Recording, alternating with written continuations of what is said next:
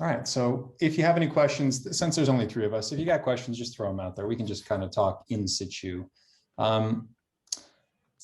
So the lean canvas, really it's used to model an idea, right? If you have a business idea, if you have a product idea, if you have it doesn't go down to a feature level necessarily, but really it can be used to show any product or business idea and get buy-in from other people. And it's a very fast and lightweight tool.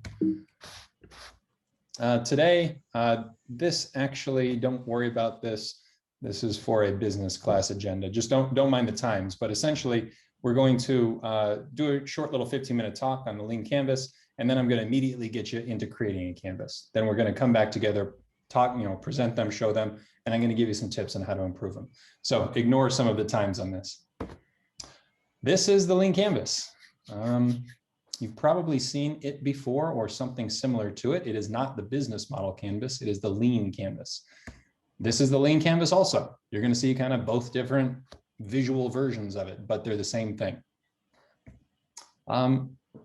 Getting into this and kind of segueing from our kickoff last time on continuous innovation, understanding really why most products fail is important to understanding why the lean canvas is so useful. 80% of products never make it to product market fit. And the reason usually is that you've built something, you've wasted time and money and effort building something that nobody really wants.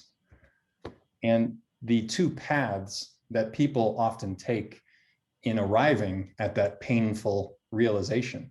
One, or usually regardless, you get struck with an idea, kind of that picture in the upper left, right? It's like a lightning bolt. You say, oh my goodness, we got to go build this thing. So oftentimes the first thing people do is they go build it, right? And if you work for engineering heavy companies, like I have recently been hired by, you hear this story a lot. Well, we've built things a lot and they've often sat on shelves, or they launched to miraculous failure or no success. And then you have a slightly, maybe seemingly better way of doing it, where you say, well, instead of building it, I'm actually going to just kind of show what it's going to be. And then I'm going to go to an investor, and that investor's going to give me money to go build it. Either way, you're trying to go build this thing. And the fallacy here is you're assuming that both the people you're going to build it for and the investors that are going to give you money are going to want your thing. They believe in your idea as much as you do. And both these ways of thinking are kind of backwards.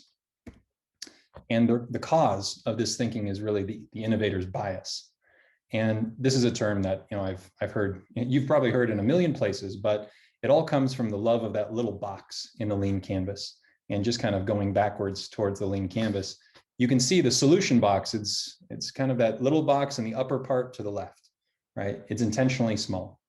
And it's intentionally small because it's not the most important thing when you're thinking of a new business idea or product.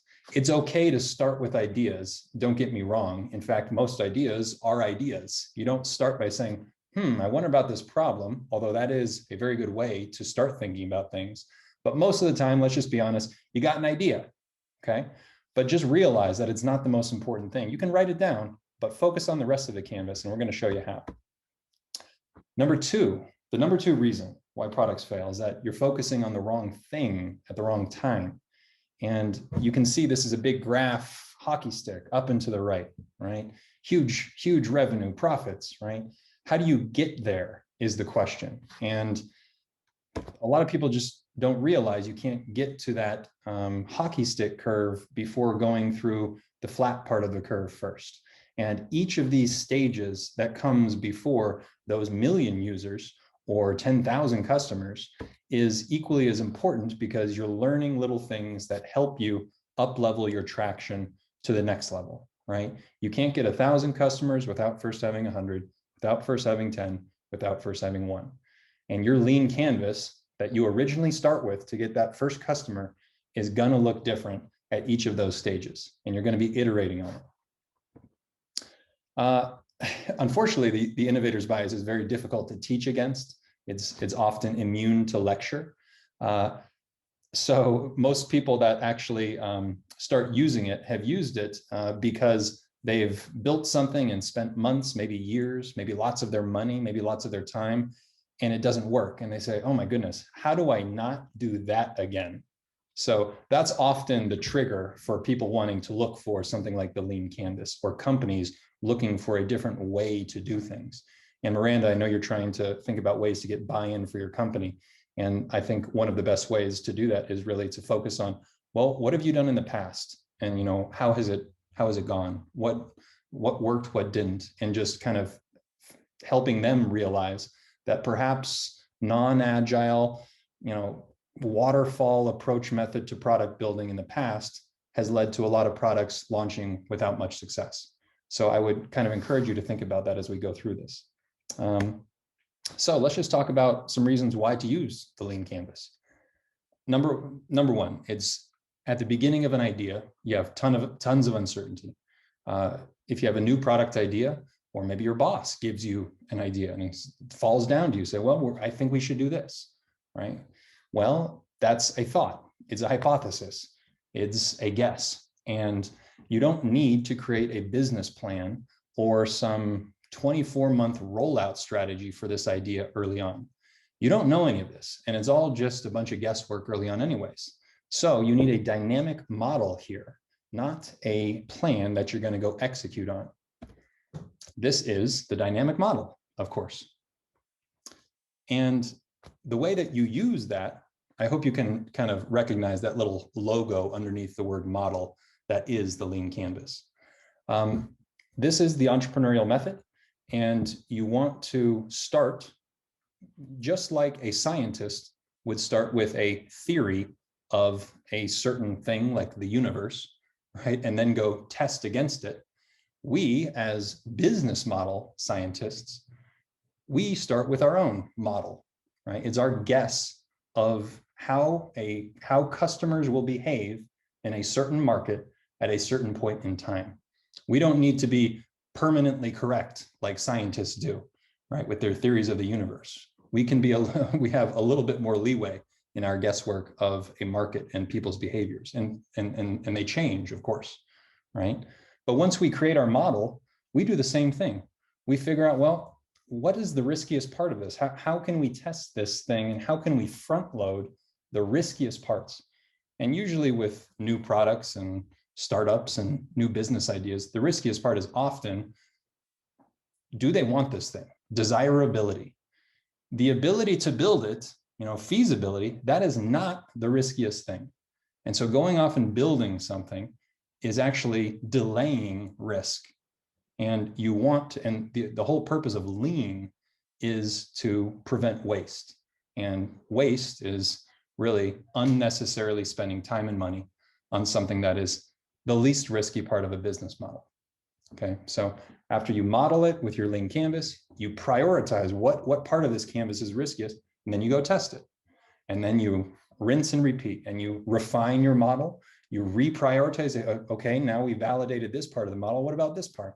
Okay, you test it, you go back, and it's just an iterative process until you reach the point where you say, okay, the model itself is sound. We have some validation. We've talked to customers. Maybe they've paid us a little money for a little prototype we've created of it. Now it's time to actually set out a go-to-market strategy and start building the MVP and growing and scaling. This is kind of what it looks like in the early stages. You often have an idea for a product, or maybe multiple products, or maybe one idea for, I don't know, I'll think recently to a team I worked with that had an ed tech product. And they said, well, it was built off some R&D from some research that they had done. And they said, well, we could build this product for schools and teachers, but we could also build and sell this, in a slightly different way for parents at home during COVID. And then we could also take the data that's coming from this and sell it to people that want the data.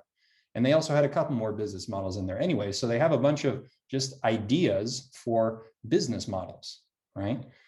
And we sat down together, we said, okay, well, which of the models have the most potential? And the way that you can do that, the most potential thing, is by using a traction roadmap to kind of sanity check how big the market is, how much penetration you would need for it. And the traction roadmap is what we're going to do next week. Okay. But We'll focus on that then. But essentially you say, okay, which of these are the priorities? All right. Now that we've gotten rid of two of them, let's prioritize what's riskiest about the business models we are prioritizing.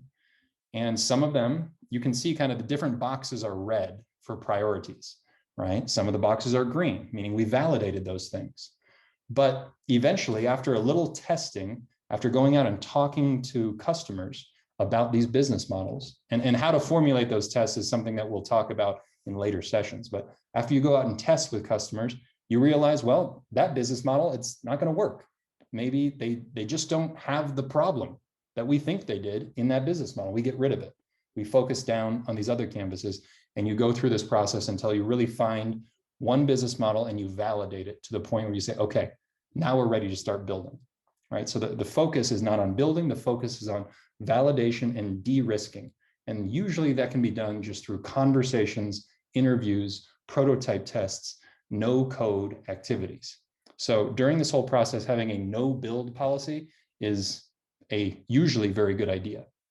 I don't want to say 100% of the time no build, because there could be some small little use case that you might want to build some small little thing, but usually this is a no build scenario. So one of the mindset shifts of continuous innovation really is, do not fall in love with your solution idea, because as you can see here, your solution idea is likely to change, and some of your solutions are likely not to have any value to anybody. And throughout this process, you're going to figure out, what are their real problems? Even I thought they had this problem, but I started talking to them, and that's actually not the problem we're going to solve, and therefore the solution itself is going to change. So it's okay to start with solutions, meaning ideas, and start your canvases based on an idea, but you're really going to be focused on, and we're going to get into this in a second, on the problem and the customer, and your solution is going to be secondary. So don't fall in love with your solution. We don't want to get into these habits of building, of course. The associated mindset shift of continuous innovation, and this is really an important part, is that your product is not the product. The business model is the product, right? And the business model is that lean canvas. And all the different parts of that lean canvas, let's think about it: the customer, the problem, their existing solutions, the value proposition, the channel that you're going to deliver it to them, the pricing, all of those things are the product. And thinking about that will have a massive positive effect on your ability to go faster with new product ideas and iterate from plan A to the plan that works. Because if you get in your head that the product in your head is the product, you're going to just focus on that product rather than focusing on the business model, the problems, the customers, the pricing, things like that. So the business model is the product. And a business model is how you create, deliver, and capture value. And on the lean canvas, you create value with those three boxes: the problem on the outside, the problem and the customer; in the middle, the value proposition. I know that there's some subsegments to these boxes. I'm not going to focus on them right now, but really it's just problem, customer, value proposition, right? And that describes how you create value. The solution and how and the channel, the path to customers, that's how you deliver the value. And this is how you capture the value, right? So just some quick tips on how to fill out one of these lean canvases. Not all of these boxes are important at the beginning of a product idea or new business idea. Spending a whole lot of time focused on, for example, cost structure and even key metrics and even unfair advantage is going to lead you down thought paths that just aren't necessary. It's not lean to really think about them, because the most important parts are these green boxes at the beginning. And even the lean canvas itself has a leaner canvas, which really is just those outside boxes. So when you fill out, we're going to do a little activity here right after this. And when you fill it out, focus on those outside boxes first, right? Just do that first. Don't think about anything else. And then focus on the value proposition in the middle. and then your solution and revenue streams. These other red boxes, just don't worry about them. If you have time and you want to do it during this activity, great, but don't worry about it too much. Let's just do a quick activity together before I actually, or do a quick lean canvas together before I actually kind of turn you loose. We'll do it and do your own lean canvases and then come back and we'll talk about it. So here's the idea, right? And again, you usually start with an idea, right? So even I can't escape that. But mowing goats, all right? Google found that a herd of goats was more eco-friendly than weed whacking and pesticides for their big campuses. Take note of this part at the bottom here, right? Goats cannot actually do residential mowing very well, okay? They don't do a great job of mowing lawns, but they're great for weed and brush control, okay? So it still might be a great idea. So it's not good for residential services, but it might be a great idea for businesses, large businesses in your area. Okay, so that's the idea. Any questions on just that, just the idea itself? Okay, in that case, let's do this. What would you put in these outside boxes? I'll go to ICO first. So let's start with the customer. What do you think the customer segment is for this mowing goats idea? I know that they've used this product for maintaining culverts and like shoulders, highways, and things like that. So Department of Transportation for your state. Miranda, who else? That's a great, I hadn't thought about that. So and it sounds like you've heard of it. So good. Miranda, who else? Rural residential who don't necessarily have lawns, but do have brush and weed control needs. Yes, yes. What would the problem be, either of you? I need to control my brush and weeds. Brush and weeds, what else was there? I can go back to it to just to remind us, but was there anything else there? Lack of pesticides. I don't want to use pesticides. Yeah, that'd probably be included as well. So that's, both of you actually came up with different answers than I did. But I just said, businesses with large fields, but at the same time, Department of Transportation that needs to maintain the landscaping around their highways, or yes, rural or maybe even farms that would want this, right? The problem, maintaining the landscapes, it's tough to do in a sustainable way, and it costs more, or it costs a lot, I guess. It's important to fill out these sub boxes as well, the existing alternative, the landscaping services. And the reason that that box is very important is because in continuous innovation, one of the things that we're always trying to figure out is how do we get a customer to switch from how they're currently doing it today to our solution, to our value proposition. And therefore that box, even though it's very small, very, very important. The early adopters is more just a drill down saying, okay, the customer segment is businesses with large fields, right, that they have to maintain. Well, within those businesses, what is, if you just drill it down to the most ideal person, some sort of characteristics that would make them just the perfect customer. That's essentially what the early adopters are, okay? And so I chose to define my early adopters here as, well, I chose to define the customers as simply businesses with large fields. And I said, well, early adopters would be the businesses that really care about being eco-friendly, right? And potentially even those that are rural and have lots of weeds, and ideally a combination of both those things. So that's how I would do these boxes. So now I'm curious. Let's start with the value proposition. The value proposition, the unique value proposition. I'll sometimes just say value proposition. It is a single, clear, compelling message about why you are worth listening to. And to give you an example, it might be something like, for a pizza company, you might say their value proposition might be fresh pizza in 30 minutes or less, right? That's a value proposition, right? It might not be the most unique value proposition. That's why I often just say value proposition, because it doesn't always have to be the most unique sounding thing in the world, but you need to just state it very clearly. What is the desired outcome that your customers want, right? fresh pizza in 30 minutes or less. The solution box, we'll talk about that next, but the solution box is more of just a detailed description of what you're actually going to do to deliver on that value proposition. So this goats idea, the mowing goats idea, what would be a good value proposition?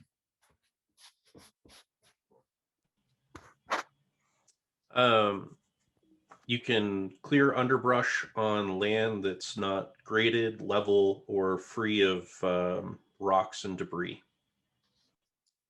Letting one more person in, sorry. You can say that one more time. Apologies, Aiko. One more time. Yeah, no worries. You can clear underbrush on unmaintained land. Clear underbrush on unmaintained land. While fertilizing it at the same time. While fertilizing it as well, that's true. I hadn't thought about that.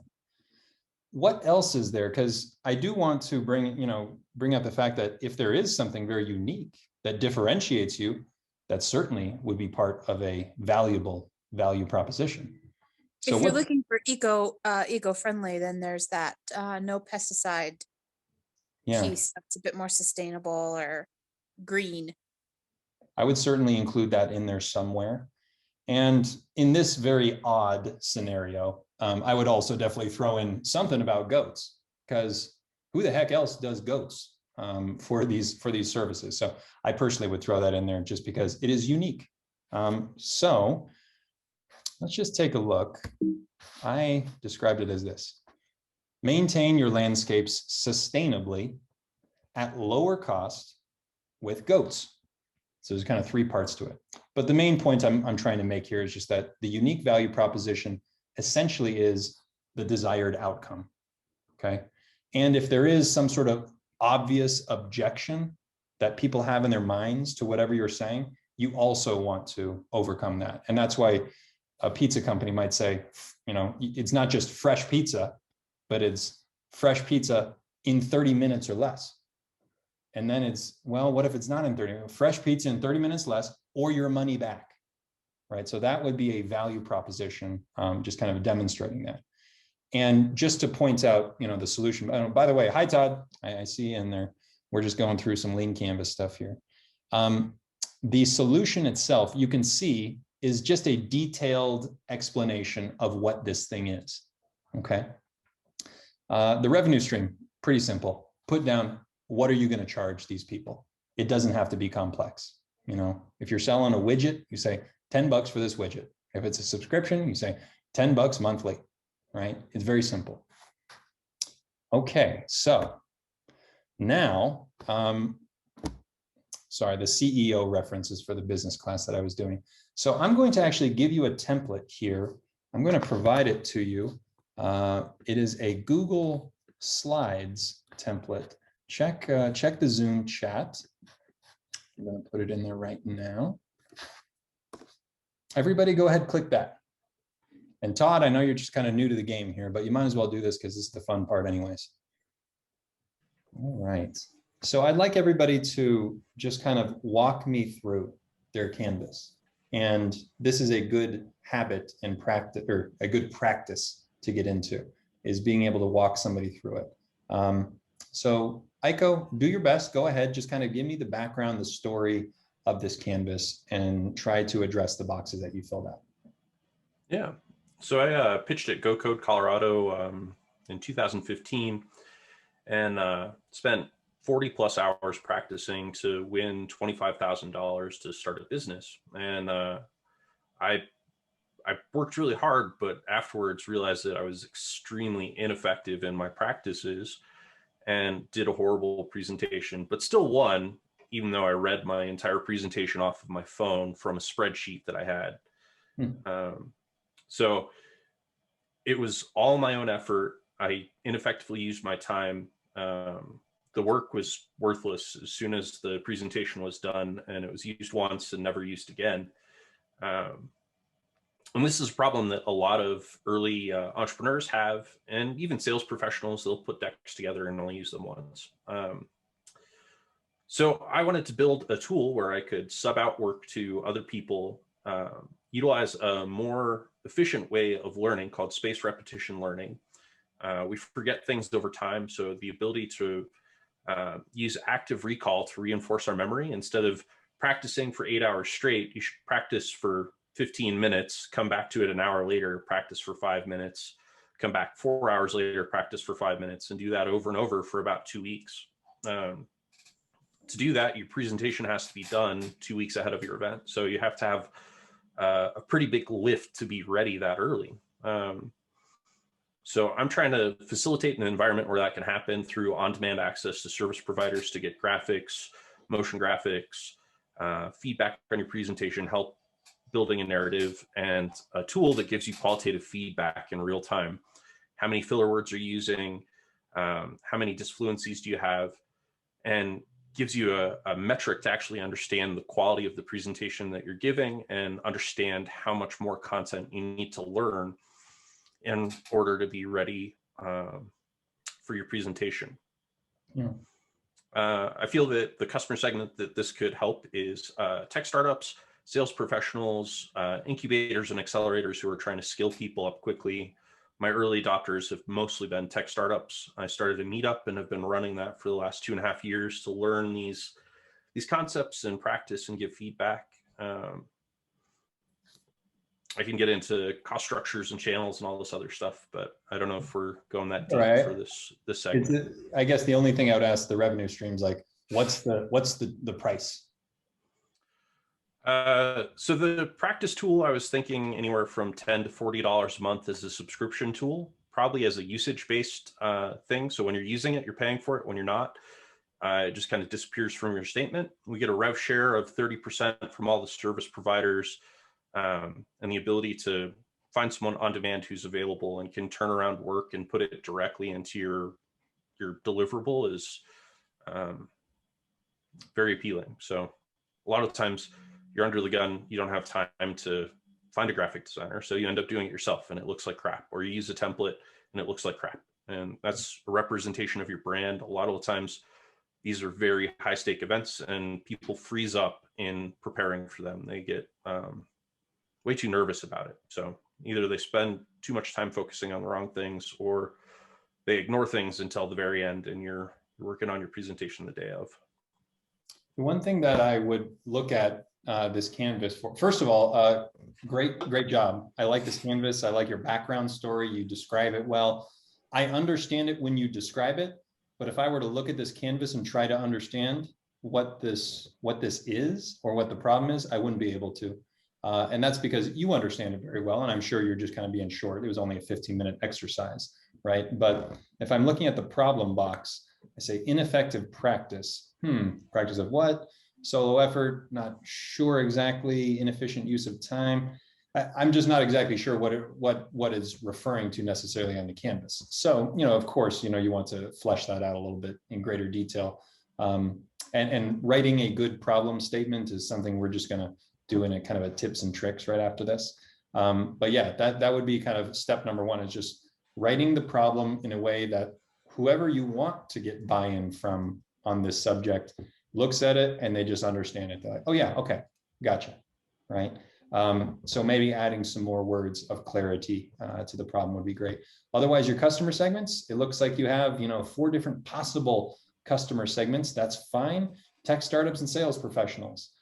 Those are both kind of, you could say, tech founders and sales professionals, just to clarify very clearly. Incubators and accelerators, kind of a different idea, but it's good to put in all of these ideas early on. It looks like you identified one as an early adopter, tech startups or tech founders, I guess. Any particular reason why you chose them as your early adopter? I run Denver New Tech, so we do 3 to 5 tech startups or tech pitches every month. I'm still listening. So I basically have an unlimited supply of early stage tech founders that I'm always talking to. So perfect. I touch their presentations on a monthly basis. I'm giving them feedback.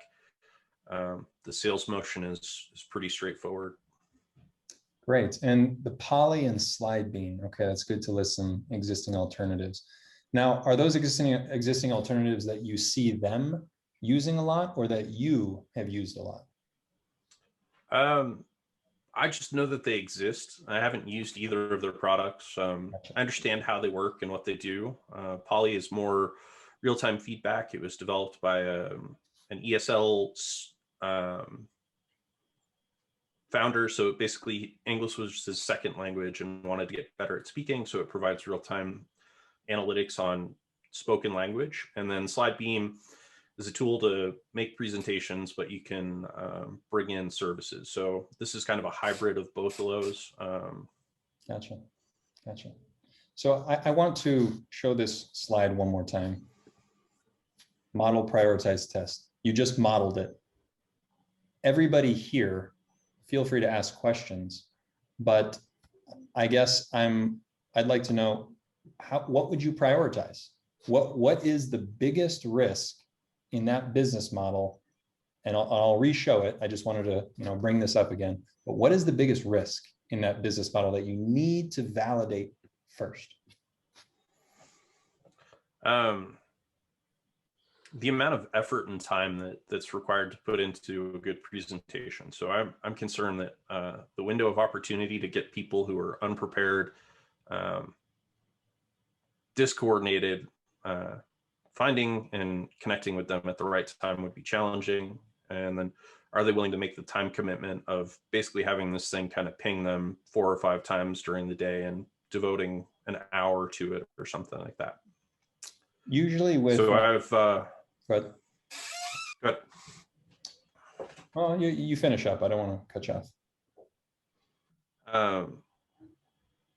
So I've put together 2 things to test these that are low code, no code, and I'm trying to put the packaging on the front end to kind of sell it. So sure. I'm excited to test those out and kind of verify it.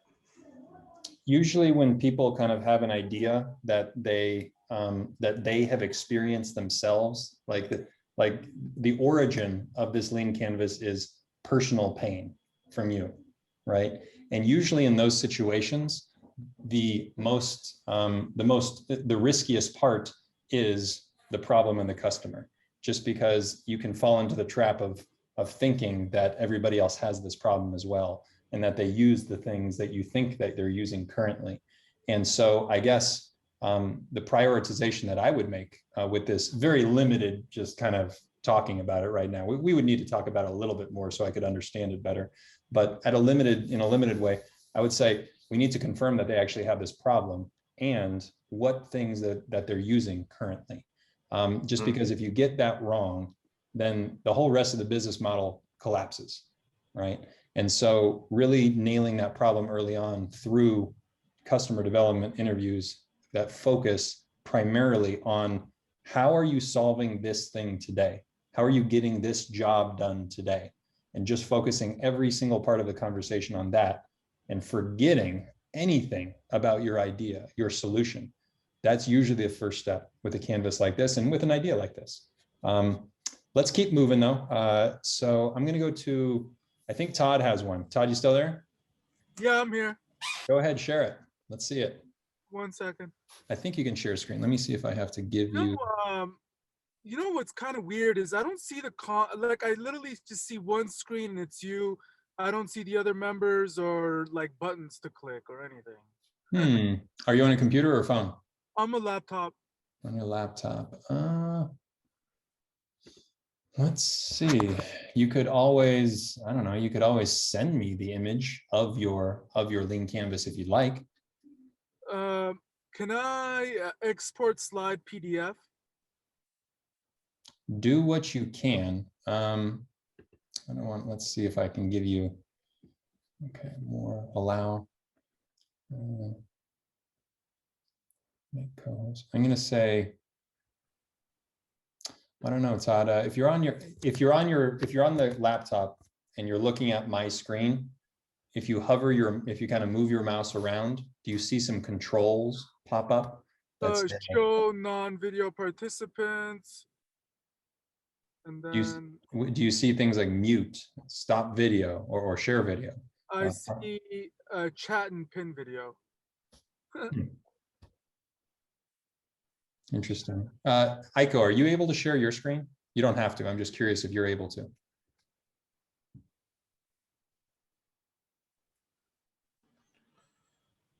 I don't see anything that says that I can. I think you have to give permission.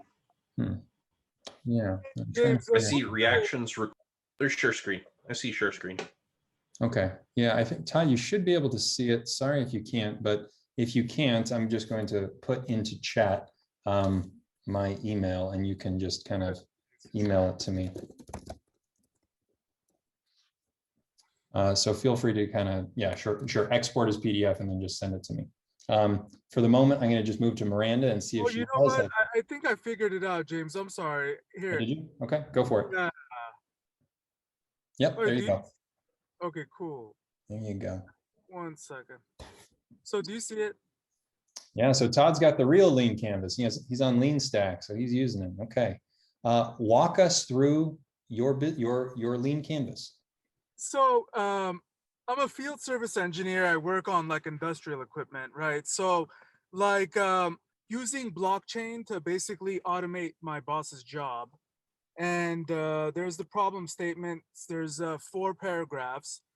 I didn't want to go too much, but I just you guys don't want me to read it off, right? Don't read the whole thing. Summarize it and tell us the story. So it's difficult for managers, customers to verify service contract obligations have been met, and service contracts and service reporting and credentials can be automated, basically. So because a lot of time and resources have gone into basically these things being done internally, and they could be automated. So it's basically your travel history on the blockchain as a field service engineer. So the whole service reporting and credentialing is automated. Mhm. You know, you have, so essentially, you could just get to some Sure. key here. So we allow our customers to use blockchain to lower the cost of verifying attributes of field service transactions and to lower the cost of exchanging data within satellite networks. So like it'll be basically a decentralized digital ID, and your service reporting as far as when did it take place and who was involved is all recorded, and service reporting is automated, so you don't have middle managers checking your work all the time. Because again, they're expensive and time and so on and so forth. That's just, well, I guess the main problem. And who's your customer segment? Tell us about them.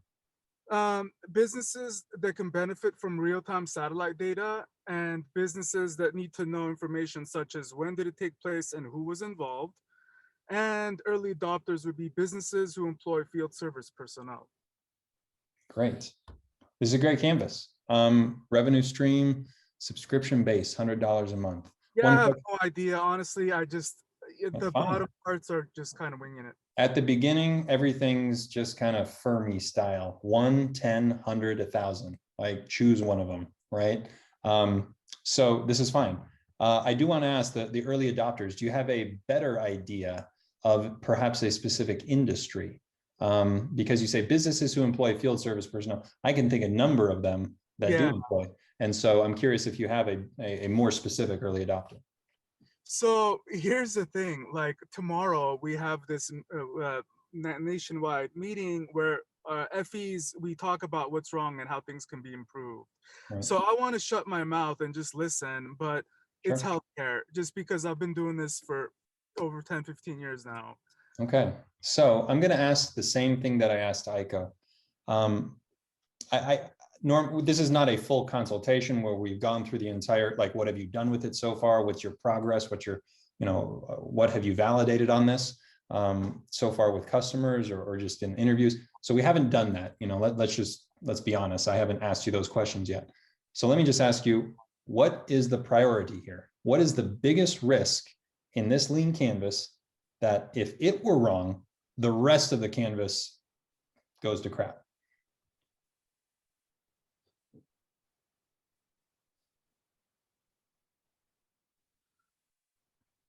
Yeah, the biggest and riskiest assumption, right?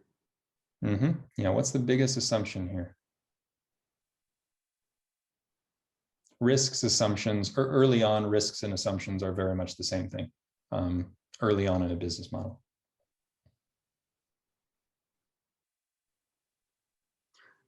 That I can actually build relationships with data suppliers. I'm assuming that, that I have a constant supply of streams of data from satellites, and that I can provide actionable insights to companies. And I'm assuming that they can't get this information themselves. That's one assumption. Meaning like their existing alternatives, right? Like what do they do currently to solve that problem, right? And so do you know what they're currently doing? And that's, you're right, that is a big assumption. Like, how are they doing it currently? Okay. And also the second part of it was, can I actually do this thing? This is one of those business models where you actually, like, one of the big risks up front actually is feasibility. Can we build it? Most business models like ICO's, I would say, yours feasibility is not one of the big risks. You know you can build this thing. At least that's as far as I understand it, right? And so therefore you're not wondering like, wait, am I going to be able to build this web service and this application and blah, blah, blah. And will it work? No, right? But in your case, Todd, it is true. Like in certain very high-tech cases, you do need to understand, can I do this? So I agree that just having some conversations with people that are in this area about, can I actually build this thing?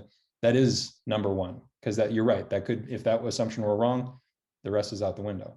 But then the second part of it, yeah, you're right. The priority is, how are they doing it today? Do they already have access to this stuff, right? So I agree with that assessment. I don't want to spend too much time here, so I'm going to keep on moving unless you had any specific questions, Todd. No, that's it. Okay, cool. This is a great canvas. I like it. And I like your description of it. I didn't realize that this was, is this your day job? Yeah, this is my day job. But the thing is, when we talk about like the decentralized digital ID, and when you ask me like, what are my riskiest assumptions, I think that I would want to leave my job before, if this solution was ever offered to me, I would want to leave, because this entails, FEs being tracked. So you know exactly who was where and what happened. And then when calls come in, because we know where you are, we know exactly who the person closest to the issue is, so that we can just maximize our efficiency, right? Yeah, absolutely. And that means you go ahead.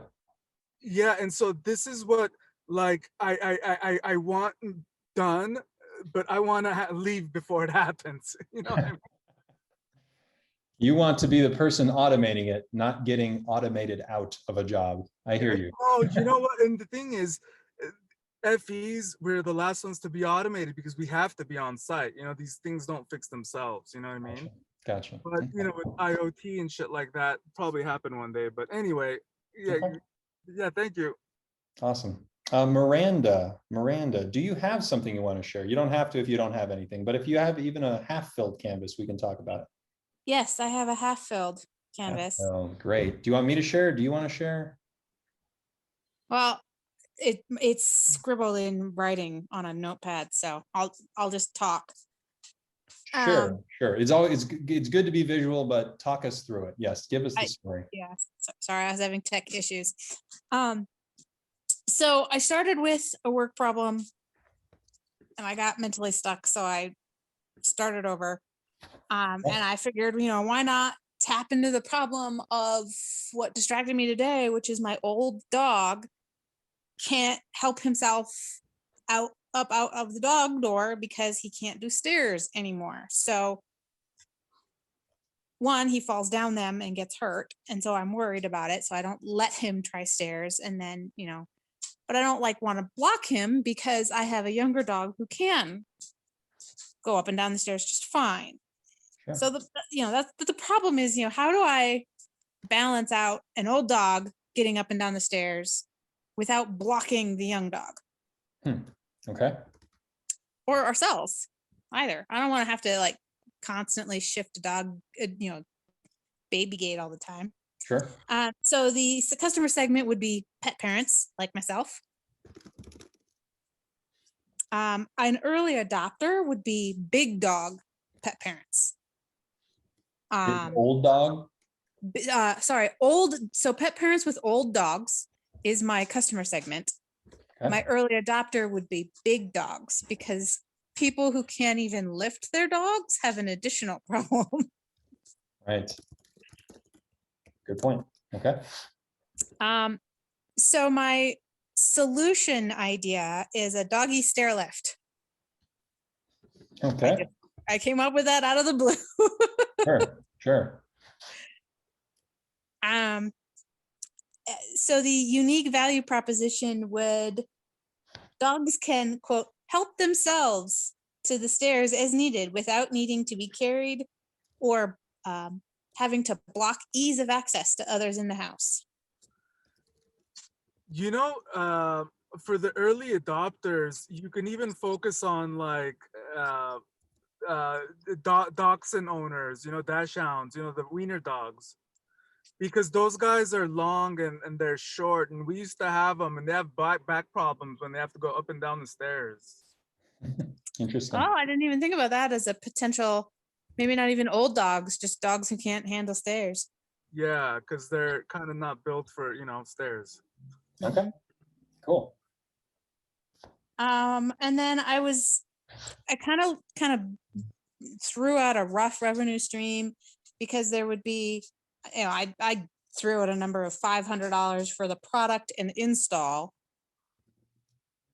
but I had noted that there could be additional revenue streams for dog training, because you train the dog to use the product, and then also service calls if it should break down or they need the stand replaced or whatever.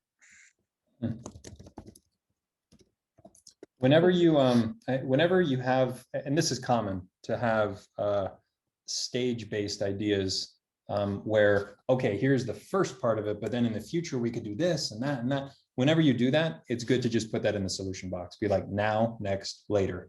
And that's just a little trick you can use. For the moment, I'm just going to say $500 for the product. In the future, you will also have these other things, but we're not going to include that in the revenue stream right now, right? Because we're just thinking, what is the product in our mind at this moment, like the first instantiation of it. So it's okay to have ideas for more revenue streams in the future, but let's just stick to the one revenue stream for the one product that you have in mind right now. What else? That was as far as I got. Okay, cool. I like it. I was kind of writing it down for you as you were talking. I don't know if you can see that, but yeah, and you know, the simplicity of this canvas just kind of goes to show you what the benefit of the lean canvas. So let me ask you, Miranda, prioritize the assumptions here. What is the biggest assumption in this lean canvas, in this business model? This one would be that it would be the can I build it? Is can I build a doggy stair lift that would not block ease of access for others? I mean, I know that stair lifts are a thing, so I know the technology is out there, but can I adapt it to dogs while delivering on the unique value proposition of not blocking others? Is it a feasibility thing? I think that you probably want to, at a surface level, quickly understand if you can build this thing, but we can build anything these days, even a customized size-wise doggy door lift or doggy stair lift. So I guess what I'm saying is, yes, I think it's a risk, but I don't think it's your biggest risk. And furthermore, the idea of the solution itself is that the solution itself is this doggy stair lift thing, where the solution might change after you just talk to 10 people with old dogs and ask them, well, how do you currently get this dog up the stairs? And you start to learn from those people how they're currently doing things and what the problems are with their current solutions to that problem. And those problems with their current solutions, that is where you will find the innovation opportunity. And that's where you should build a value proposition and a solution. So yes, I agree that it might be worthwhile just to start familiarizing yourself with some of the technologies that are used for getting up and down stairs and how they could be customized and modified for dogs. But innovator's bias, don't fall in love with your solution. Fall in love with the problem, right? Your old dog can't get up and down the stairs. How are you solving that problem today? But not just you, other people, right? And that, from my perspective as a lean stack coach, and a business model coach and a risk prioritization coach, it is the problem and the customers. And how are they doing it today? And do they truly have this problem, and how are they currently solving it? So yes, I agree that it would be beneficial to familiarize yourself with the technology. The risks are nonetheless still on the desirability side of it, which are the problem right now. Does that make sense, Miranda? Would you be doing, I guess I got a little confused on the order then, because in my head, I was thinking, okay, I have already done jobs to be done. Mm-hmm. So I've already done all these customer interviews and all of that. Mm-hmm. And now I'm filling out my job canvas. But would you say that you would fill out your job canvas and then go test your hypothesis by doing the jobs to be done? Well, let me just ask you, have you already done some interviews surrounding this problem space? Well, not this, because I made this Not up this. on the fly, but I'm in Sure. my head, I'm like, in reality, Sure. and that's kind of where I got stuck on because I was trying to apply it to a real work problem, but I got stuck because we haven't done jobs to be done. So I don't know what the real problem is. So I'm staring at it going, that's not the right problem. And I didn't know how to flip it in my head because we haven't. This is with the jobs to be done framework. You're essentially asking if you should start with a jobs to be done framework when doing interviews. Is that your question? No, my question is like, when do you fill out the lean canvas? Do you fill out the lean canvas Immediately. So the lean canvas is first. The lean canvas, as soon as you're struck with an idea, fill it out. Okay, so when you have an idea, you fill out the lean canvas, and then you say, oops, nope, I'm going to go, the problem becomes a giant question. You have an idea of a problem, but then that really just becomes superseded with a giant question mark, and you go and do your user research, jobs to be done, or whatever other model you want to use to validate the problem that you think you are solving for. Correct. And during those interviews, you're searching for the larger context job to be done, or the smaller context jobs to be done within that job to be done. Sorry if everybody else here is not really that familiar with job to be done. It sounds like Miranda's pretty knowledgeable in it. But I do want to remind you, Miranda, of this, right?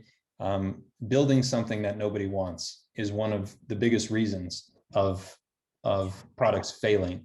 And the cause of this is usually focusing on this solution box and not focusing on the problem and customers. So just remind me. That's where I got confused is, I get in my head, I had assumed in our practice, we had already done the user research. As in I had already done jobs to be done. And this was a solution that came out of validating the problem. And so let me remind you. So what we're supposed to do is you kind of get the glimmering of an idea, you do the lean canvas, and then you pause and you go out and you do that user research and then come back. Bingo. To the lean canvas as as you're doing your validation. Yeah. Yeah, exactly. I mean, and this is it, the method. You model it, you prioritize, you test it, you refine and change your model, you reprioritize, you test, you go back, you keep refining your model, you keep prioritizing, you keep doing this until your business model until you've found a validated business model, that meaning that you've talked with people, maybe you've even started showing them prototypes of an idea. They've started, signing up on your launch list for, yes, tell me when this is ready. And that's when you say, okay, the business model is validated. Now I need to actually start getting repeatable traction, repeatable revenue. And we'll talk about that at a later stage. Todd remembers doing the mafia offers, and that's something that we're going to talk about later. Pitching to customers without actually building anything and getting them to either pay you or sign up on an interest list to indicate true traction. So that's a later stage thing, but it is definitely part of the validation process of a business model. Because again, you don't want to rush out and build. You don't want to do that until everything in your lean canvas has been validated to a certain degree. So let's go through just a few tips, because I think this is great, but just for the sake of time, I'm going to go through a few things that a lot of people have difficulty with on the canvas. I think Aiko, one of your problems was the problem box was a little unclear, and it's very common for those problem boxes to be very difficult to understand for people on the outside. And so I just want to give this piece of advice. Start with this sentence. And Miranda, you could even say this: start with this sentence before you even build a lean canvas. This is a problem statement, and this is what designers use to start their design thinking process. Design thinking, design sprints, those are all about customer centricity and focusing on problems. And this is a very simple way to actually do that. So and then your customer segment, I want to, desired outcome, but problem, so I feel this way, right? I feel a negative way, or there's a negative result. Okay, just to give an example here, here's one thing that I might use on a lean canvas. As a teacher, I want to teach effectively online, but it's difficult for me to teach via computer. So I'm frustrated and the kids aren't learning as much, right? This should be refined even more, because if you think about a lean canvas and you say, well, teacher, is that good enough for a customer segment? Just teacher? Well, you might want to say a teacher who teaches K through 5, right? The next part of it, I want to, desired outcome, right? Your value proposition, teach reading effectively online, right? But you need to ask why in all these things. Why, you ask why 5 times for all of this stuff. Eventually you could say, well, I want to teach reading effectively online because COVID is forcing us to adopt remote teaching, right? And you can kind of keep going through this. Here's the problem statement, the original problem statement, but keep asking why, right? It's difficult to check kids' understanding. There's time delays. The kids don't know how to use the controls. This helps make your problem statement better and better and better, so that eventually, even though you started with this, you end up with this. Sorry, it's a lot of text. You don't have to read everything, but taking that simple sentence and filling it out, and then kind of adding more details to it, that leads you to your leaner canvas. This is the basis of your lean canvas. And it starts with design thinking, meaning customer-centric thinking, right? Not problem-centric, not solution-centric, customer-centric. Okay, so that's just a nice little tip to really get started and filling out a good lean canvas and making it very customer-centric and problem-oriented. Early adopter criteria. A lot of people put a lot of, demographics, psychographics. We're not talking about personas here. It really is just the smallest number of distinguishing characteristics that will cause people to buy from you. Remember that mowing goats example, right? I said, in my customer segment, I said businesses with large fields. And then I said, well, what's the smallest number of distinguishing characteristics that would make one of these businesses want this solution, want this idea that I have? I said, well, they're really eco-friendly and they're in a rural area with lots of weeds and bushes, right? And they have a big field. I said, that would be my ideal customer segment. Not psychographics, not necessarily demographics, right? But just think about what is it that would make them buy from you. Triggers are also a good thing. I don't know if we should talk about triggers. I won't talk about triggers today.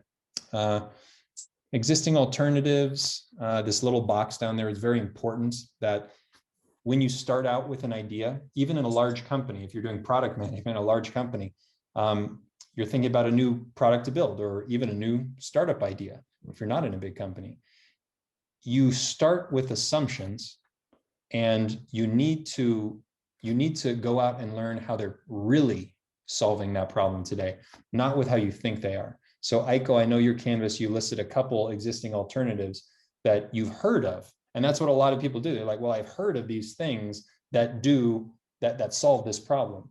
But in reality, email and spreadsheets, just sticks and stones, basic things, the Stone Age, doing things by hand, do it yourself. Those things have killed a lot more startups than actually other startups, right? Because if you don't understand that people are just using email or spreadsheets to solve the problem 90% of the time, and you think that they're actually using these other tools, and that's the basis of your idea, I could build a better tool than this. And you say, oh, I'm going to build this tool, and then I go offer it to them, and they say, why do we want that tool? We're just using email and it's fine for us. So that's why, in your conversation, in your early stage interviews, really focusing on their current solutions, their existing alternatives.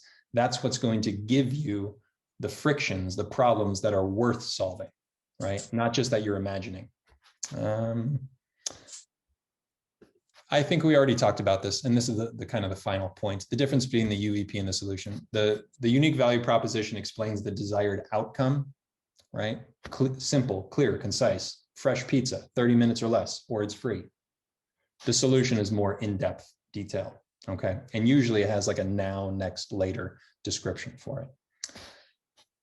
We are getting to time, so I don't want to dive too deep into different business model types, because I don't think anybody here was actually creating multi-sided businesses or marketplaces. I think both of you were kind of describing direct business models, and so is Todd. Although Todd might have had multi-sided, but he's gone now. So I'm not going to dive into this. So instead, I'm just going to kind of wrap this up and just ask if there was any other questions in your minds around the Lean Canvas, or what you'd like to know more of. Can you actually go back to the problem, the original problem statement as a Sure. customer segment? I didn't get a chance to jot it down. Yes. Yeah. With the little red font clue for each. Sure. Yeah, that one. I can put it in chat if you want to, but it's easy. You can just write it down. Aiko, is there anything else you wanted to mention or ask? I have a side conversation about an event that I'm putting together next month that I thought you'd be good for. So I'm just going to follow up with you on LinkedIn, but that's it for me. Cool. I also put my email in chat if you want that. Okay. I think that next week's session on the traction, I think a lot of people have heard of Lean Canvas at one point or another, and filling it out is fairly simple, and at least it's straightforward. Maybe simple isn't the right word, but the traction roadmap is usually a new and kind of mind-blowingly simple tool to solve the kind of pro forma needs of investors and stakeholders that a lot of people really get excited by. So I encourage you both to kind of come to that one, and that could be a really useful tool for you in your either in your companies or in your startup projects. So yeah, but yeah, I'm happy to stick around and chat here, Aiko. Miranda, was there anything else you wanted to go over, ask? I'm happy to also just kind of review things with you every now and then. If you have a Lean Canvas, you want to kind of show me and say, well, I don't know, am I prioritizing things right? Because misprioritization of risk is one of the other major wastes of time and money. So I'm always happy to kind of just talk about a canvas with you, hear about what you've done so far, and kind of talk out loud saying, well, what's next? Right? As you know, because I've been a coach, I've done this sort of thing for a bunch of teams, so I'm happy to. Well, today was helpful. Thank you. Cool. I don't think I have any other questions. So have a great evening. Indeed. You as well, Miranda. Have a good one, and hope to see you next week.